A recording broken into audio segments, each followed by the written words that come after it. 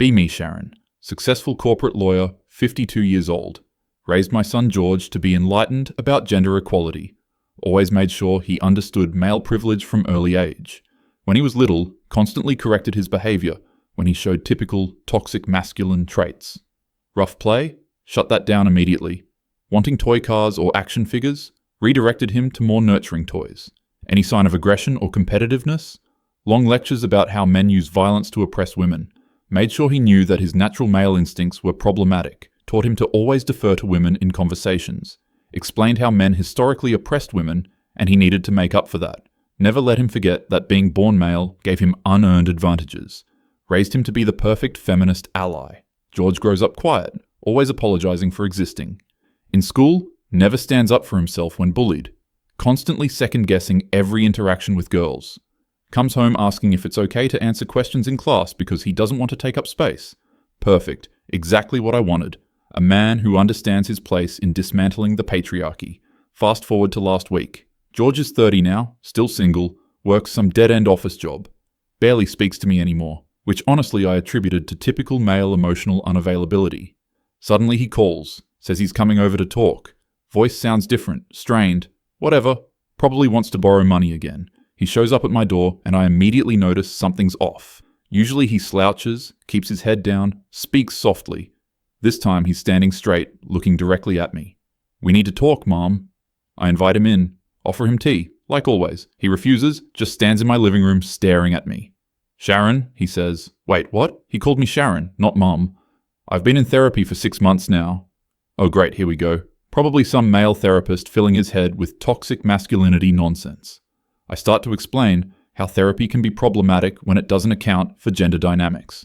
Stop talking, he interrupts. Excuse me? For once in my life, you're going to listen to me speak without interrupting, without correcting, without lecturing. The audacity. I try to respond, but he holds up his hand. Do you know what my therapist told me? She told me that everything I thought was wrong with me, every reason I couldn't connect with people, every fear I had about my own existence could be traced back to you. His voice is getting louder, angrier. This is exactly the kind of aggressive male behavior I spent years trying to eliminate. George, you're raising your voice at me, and that's not okay. Oh, no, he shouts. Actually shouts at me. You don't get to tone police me anymore. You don't get to make me feel guilty for having emotions. He starts pacing around my living room. Do you have any idea what you did to me? I try to explain that I raised him to be conscious of gender inequality, that everything I did was to make him a better man, that the world needs men who understand their privilege. He laughs, but it's not a pleasant sound. Privilege? Privilege? He's practically screaming now. I spent my entire childhood believing that everything about me was wrong. Every instinct, every interest, every natural behavior was something to be ashamed of. George, please calm down. I will not calm down. He starts listing things, counting on his fingers. I was afraid to play sports because you told me competition was toxic masculinity. I never learned to stand up for myself because you said male aggression was always wrong. I couldn't make friends with other boys because you convinced me they were all potential predators. I was terrified to show interest in girls because you made me believe that male sexuality was inherently threatening. This is ridiculous. I explained to him that these are real issues in society, that I was protecting him from becoming part of the problem, that raising awareness about these issues was good parenting. Protecting me? He stops pacing, stares at me. You destroyed me. You made me hate everything about myself that was male. You convinced me that my natural desires, my instincts, my very existence was harmful to women. His face is red, hands shaking. I've never seen him this angry. George, I understand you're upset, but... Upset? I'm not upset. I'm furious. I'm furious that I spent 25 years of my life apologizing for existing. I'm furious that I missed out on friendships, relationships, experiences because you made me terrified of my own masculinity. I try to interrupt, to explain that toxic masculinity is a real problem, that men do need to examine their behavior, that I was just trying to raise him to be better than other men. Better? Better? He's shouting again. I'm 30 years old, and I've never had a serious relationship because I'm too afraid that everything about me is threatening to women. I can't make decisions because you taught me that male confidence is arrogance. I can't pursue my goals because you convinced me that male ambition is oppression. This is getting out of hand. I tell him he's being dramatic, that plenty of men learn about gender equality without having these problems, that maybe he should find a different therapist. His face goes completely white. then red. Different therapist? You think the problem is my therapist? He sits down heavily on my couch, puts his head in his hands. For a moment I think he's calming down. Then he looks up at me with tears in his eyes. Do you want to know what the worst part is? His voice is quieter now, but somehow more intense. The worst part is that I still love you. Even after everything, I still love you and want your approval. And that makes me hate myself even more. Because loving you means accepting that everything you taught me was right. But if everything you taught me was right, then I'm fundamentally broken for being a man. I try to comfort him, to explain that I never meant for him to feel that way. That feminism isn't about hating men, it's about equality. That I was just trying to make him aware of important issues. He laughs again, that bitter sound. Aware? You didn't make me aware, you made me paralyzed. You didn't teach me about equality, you taught me that I was the enemy. George, that's not fair. Not fair? He stands up abruptly. You want to talk about fair? Let me tell you about fair. He starts pacing again, his voice getting more emotional. It's not fair that I spent my teenage years convinced that any sexual thought I had made me a predator. It's not fair that I never learned how to be confident because you equated confidence with oppression. It's not fair that I can't enjoy traditionally masculine activities without feeling guilty. It's not fair that I apologize for my opinions before I even voice them. I try to explain that confidence and aggression are different things, that there's a difference between healthy masculinity and toxic masculinity, that I was just trying to help him understand these nuances. Nuances? He stops pacing, faces me directly. There were no nuances in your teaching. Everything masculine was bad. Everything male was problematic. You never taught me how to be a good man. You taught me how to not be a man at all. This is getting excessive. I tell him that he's misremembering things, that I always supported him, that I just wanted him to be thoughtful about gender issues. Thoughtful? Thoughtful? His voice cracks. I think about gender every waking moment because you made it the center of my identity. I can't have a conversation without analyzing whether I'm taking up too much space. I can't pursue a woman I'm attracted to without wondering if my interest is inherently predatory. I can't feel proud of accomplishments without wondering if I only succeeded because of male privilege. I start to explain that examining privilege is important, that self-reflection is a good thing, that these are conversations more men should be having. But not every conversation, not every moment, not every breath. He's crying now, which is honestly making me uncomfortable. You made gender the lens through which I see everything, and it's killing me. I try to approach him, to offer comfort. He steps back. Don't. Just don't. I came here to tell you something, and I need to say it. He takes a deep breath, wipes his eyes. His voice gets very quiet and very steady. You made me ashamed to be a man, Mom. The words hit me like a physical blow. What does he mean, ashamed to be a man?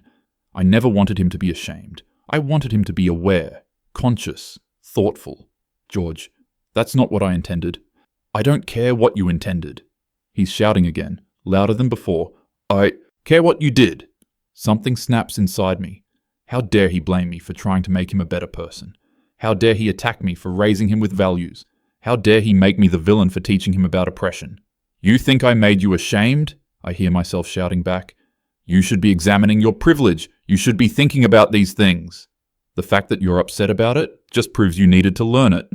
Men who don't think about their impact on women are the problem. He stares at me in complete shock. There it is, he says quietly. There's the real you. Even now, even when I'm telling you that your parenting damaged me, you can't stop lecturing me. You can't even consider that you might have been wrong. Wrong? I wasn't wrong. These are important issues. The world needs men who understand these things. I tell him this, explain that his resistance to examining his privilege is exactly the problem. My resistance? He laughs that bitter laugh again. I've examined my privilege every day for 30 years. I've examined it so much that I can't see anything else about myself. I've examined it so much that I don't know who I am underneath it. This is ridiculous.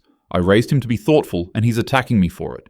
I tell him that maybe he needs to find better friends, people who support his growth, that maybe his therapist is undermining the important work we did. Important work? You call destroying my self-worth important work? You call making me afraid of my own masculinity important work?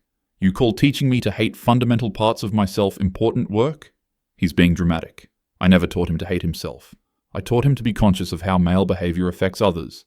These are different things. No, they're not different, he shouts. Not the way you taught them, Not when every natural impulse was met with a lecture about oppression. Not when every sign of confidence was labelled as potential aggression. Not when every moment of male bonding was analysed for toxic elements. I try to explain that analysis is good, that unconscious behaviour can be harmful, that awareness prevents problems. Awareness, yes. Paralysis, no. You didn't give me awareness, you gave me analysis paralysis. You didn't give me consciousness, you gave me constant guilt. You didn't give me tools to be a better man, you gave me reasons to hate being a man at all. This is getting out of hand. He's clearly been influenced by some anti-feminist rhetoric, probably his therapist, probably some men's rights nonsense. I tell him this, explain that these talking points sound familiar. His face goes completely dark. There it is again. Dismissal. Instead of listening to what I'm telling you, you're analysing who might have influenced me. Instead of considering that your methods might have been harmful, you're assuming I've been brainwashed. Do you see what you're doing? Even now, you can't stop analysing and controlling. I'm not trying to control anything. I'm trying to have a rational conversation. He's the one who came here, shouting and making accusations. I tell him this. Rational? He stares at me. You think this is rational? Your son tells you that your parenting damaged him, and you immediately assume he's been corrupted by anti-feminist propaganda. Your son tells you he's struggled his entire adult life because of how you raised him, and you analyse his influences instead of his pain. That's not rational, that's defensive. Defensive? I'm not being defensive. I'm trying to understand what's really going on here. Clearly something has influenced him to see our relationship this way. These aren't his authentic feelings. Not my authentic feelings? He explodes. How would you know what my authentic feelings are? You've never asked. You've never been interested in my actual experience, only in whether my experience fits your ideology. That's not true. I always cared about his feelings. I just made sure he understood important social dynamics. This is completely unfair. Unfair? You want to know what's unfair? He starts counting on his fingers again. It's unfair that when I told you I was being bullied, you asked what I had done to provoke it. It's unfair that when I wanted to try martial arts, you lectured me about violence instead of signing me up. It's unfair that when I had crushes on girls, you made me analyse whether my attraction was objectifying. It's unfair that when I succeeded at something, you reminded me about privilege instead of celebrating with me. These aren't accurate representations of what happened. I was teaching him to think critically. I was helping him understand complex social dynamics. I was preparing him for the real world. The real world? The real world? The real world is where I can't function because you taught me to second-guess every instinct. The real world is where I'm alone at 30 because I'm too afraid of my own masculinity to pursue relationships. The real world is where I watch other men live confidently while I analyse every breath for signs of toxicity. Maybe he needs to work on his confidence. Maybe therapy can help him find better balance. I suggest this. He stares at me for a long moment. You still don't get it. After everything I've told you, you still think the problem is with me. You still think I need to be fixed rather than considering that you broke me. Broke him? That's dramatic. No one is broken. Everyone has challenges to work through. I explain this. Challenges to work through? He's screaming again. I'm not working through challenges. I'm trying to rebuild an identity that you systematically destroyed. I'm not overcoming obstacles. I'm trying to learn how to be human after 30 years of believing my humanity was harmful. This is excessive. He's clearly been reading some problematic material. Probably some men's rights websites. I tell him that this kind of rhetoric is concerning. Something changes in his face. He becomes very calm, very quiet. You just did it again. I told you something deeply personal and painful, and you immediately categorized it as rhetoric. I shared my authentic experience, and you labeled it as problematic influence. Do you see? Do you finally see what you do? I'm just trying to understand where this is coming from. These ideas didn't develop in a vacuum. Someone or something influenced him to see things this way. Yes, someone influenced me, he says quietly. You did. You influenced me to hate myself. You influenced me to fear my own nature. You influenced me to believe that everything about being male was dangerous and wrong. And now, when I finally find the courage to tell you what that did to me, you're looking for other influences to blame. That's not what I'm doing. I'm trying to understand his perspective, but clearly he's been exposed to some anti-feminist ideas that are distorting his memories. Distorting my memories? The calm breaks. He's furious again. You think I'm making this up? You think I'm imagining what my childhood was like? Not imagining, but possibly reinterpreting through a different lens. Memory is subjective. Current feelings can color past experiences. I explain this. He sits down heavily, puts his head in his hands again. Jesus Christ, Mom. Just Jesus Christ. When he looks up, his eyes are red. You can't even acknowledge that you might have hurt me. Not even when I'm sitting here crying, telling you exactly how you hurt me. You'd rather believe that my pain is fabricated than consider that your methods were wrong. My methods weren't wrong. Teaching awareness about gender dynamics is important. Maybe the delivery could have been better, but the content was necessary. The content was necessary? He stands up. Destroying my self-worth was necessary? Making me afraid of my own gender was necessary? Teaching me to apologize for existing was necessary? I never taught him to apologize for existing. I taught him to be mindful of his impact. These are completely different things. No, they're not. Not when you're 5 years old and don't understand nuance. Not when you're 12 and just trying to figure out who you are. Not when you're 18 and trying to build relationships. Not when you're 25 and trying to find your place in the world. Children are more resilient than he's giving them credit for. And these lessons were important for his development. Better to learn them early than struggle with them later. He stares at me in complete disbelief. Resilient? You think I was resilient? Do you want to know what resilience looked like in your house? Resilience was learning to hide any sign of natural boyhood because it would trigger a lecture. Resilience was pretending to agree with your analysis of every interaction so you wouldn't escalate. Resilience was swallowing my own personality so completely that I forgot I had one. That's not resilience, that's compliance. And compliance isn't what I was looking for. I wanted engagement, discussion, growth. You wanted agreement, he says flatly. You wanted me to absorb your worldview without question. Anytime I showed resistance or confusion, you doubled down on the lectures. Anytime I expressed different thoughts, you analyzed them for problematic elements. You didn't want discussion, you wanted conversion. This is unfair. We had many discussions over the years. I always encouraged him to think critically. Critically about everyone else, never about you. I could analyze anyone's behavior for toxic elements, but I was never allowed to question your methods. I could critique any aspect of masculinity, but I wasn't allowed to defend any aspect of it. You called it critical thinking, but it only went in one direction. Critical thinking means examining all perspectives, including challenging his own assumptions, including understanding his privileges. My privileges? He laughs bitterly. What privileges did I have in your house? The privilege of being lectured about male violence every time I played too roughly? The privilege of having my interests analyzed for misogynistic elements? The privilege of learning that my natural instincts were inherently harmful? Male privilege exists whether he experienced it at home or not. These are broader social dynamics. I was preparing him to understand his place in those systems. His place in those systems, he repeats. Do you hear yourself? You determined my place before I had a chance to find it myself. You decided who I was going to be in the world before I knew who I was as a person. I was giving him tools to navigate complex social realities, tools that many men never develop, tools that would make him a better partner, friend, colleague. Tools? These weren't tools, they were shackles. Tools help you build things. Shackles keep you from moving. You didn't give me the ability to navigate social realities, you made me afraid to participate in them. Fear isn't necessarily bad. Healthy fear prevents harmful behavior. Some caution around gender dynamics is appropriate. He stops moving, stops talking, just stares at me. Healthy fear, he repeats quietly. You think the fear you instilled in me was healthy. Caution around potentially harmful behavior is always healthy. Awareness of impact on others is always good. These are basic social skills. Basic social skills, he says, still quiet.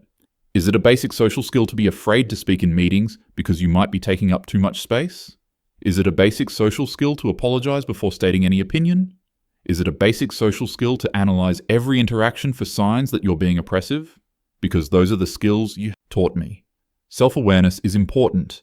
Considering impact on others is important. These are signs of emotional intelligence. No, they're signs of trauma. The quiet breaks again.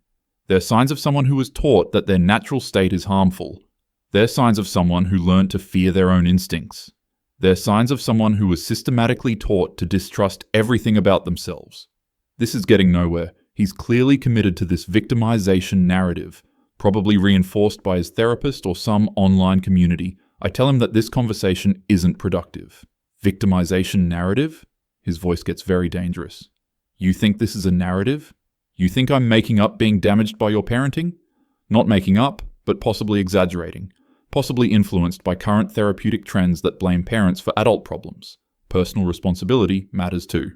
Personal responsibility, he says. Right, it's my responsibility to get over the damage you caused. It's my responsibility to rebuild what you tore down. It's my responsibility to fix what you broke. But it's not your responsibility to acknowledge that you broke it in the first place. Parenting involves difficult choices. No parent is perfect, but the intention was always to help him grow. The intention, he repeats. Well, let me tell you about the impact. The impact is that I'm 30 years old and I've never been in love because I'm afraid that any romantic pursuit is predatory. The impact is that I can't pursue my career goals because I see ambition as oppression. The impact is that I have no close male friendships because I was taught to see masculinity as inherently toxic. The impact is that I hate fundamental parts of who I am. These sound like problems that therapy can address. Personal growth is always possible. Maybe he needs a different therapeutic approach. He starts laughing, not the bitter laugh from before. A completely exhausted, broken laugh. A different therapeutic approach, he says, because the current one is helping me too much? Because learning to value myself despite your conditioning is the wrong direction? Because developing healthy masculinity is problematic? Healthy masculinity is fine, but it needs to be examined and conscious, not unconscious and potentially harmful. Conscious? I've been conscious every moment of my life. He's screaming again. I've been so conscious I can't function. I've been so examined I don't know who I am. I've been so aware I'm afraid to exist. This level of emotion isn't healthy. This kind of anger toward women is exactly the problem. This is why examining masculinity is so important. He stops screaming, goes completely silent, stares at me with an expression I've never seen before. Anger toward women, he says very quietly. I'm angry at you, my mother, who damaged me. And you immediately categorize that as anger toward women. You can't even separate your identity as a woman from your identity as my mother, who hurt me. Personal attacks on me are attacks on women. This kind of blame toward mothers is a common pattern, especially when influenced by anti-feminist rhetoric. Personal attacks, he says. Telling you how your parenting affected me is a personal attack. Sharing my pain with you is anti-feminist rhetoric. Asking you to take responsibility is an attack on women. Do you see how you do this? Do you see how you make everything about gender politics instead of about me? Gender politics affect everything. Personal relationships don't exist in a vacuum. These patterns are larger than individual families. These patterns are larger. He stops himself mid-shout, takes a deep breath. I can't do this anymore. You just proved everything I've been trying to tell you. I'm your son, telling you about my pain, and you're turning it into a gender studies lecture. I'm a human being asking for acknowledgement from my mother, and you're analyzing me as a representative of problematic masculinity. You can't see me as separate from your ideology. My views about gender aren't ideology. They're based on research, experience, and analysis. They're informed perspectives on real social problems. Informed perspectives, he says. Right. And my lived experience as your son is what? Uninformed? Invalid? Corrupted by anti-feminist influence? His perspective is valid but limited. One person's experience doesn't invalidate broader patterns. Individual feelings don't change structural realities. He nods slowly. My experience is valid but limited. My feelings are individual and don't matter compared to structural realities. Do you understand that this is exactly what I'm talking about?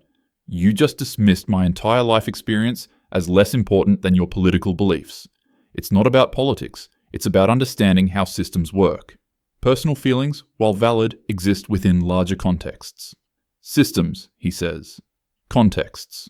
Structures. Everything except me. Everything except your son, who is standing here telling you that you hurt him. Hurt is subjective.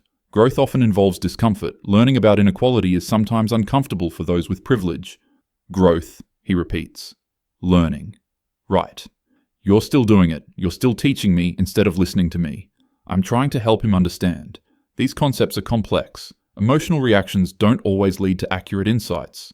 Emotional reactions, he says, like crying when I tell you about my pain, like getting angry when you dismiss it, like feeling hurt when you analyze it instead of acknowledging it. Those emotional reactions? Strong emotional reactions can cloud judgment. Some distance and perspective might be helpful. Maybe he should take time to process these feelings.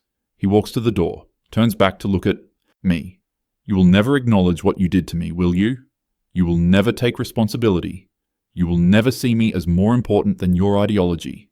This isn't about ideology. It's about being a thoughtful, conscious person. These are important values. Important values, he says. More important than your son. He opens the door. I won't be coming back, Mom. Not until you can see me as a person instead of a case study. He's being dramatic. This will blow over. When he calms down, he'll realize I was trying to help.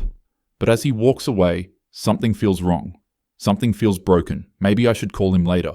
Maybe we can work this out. Later, I try calling.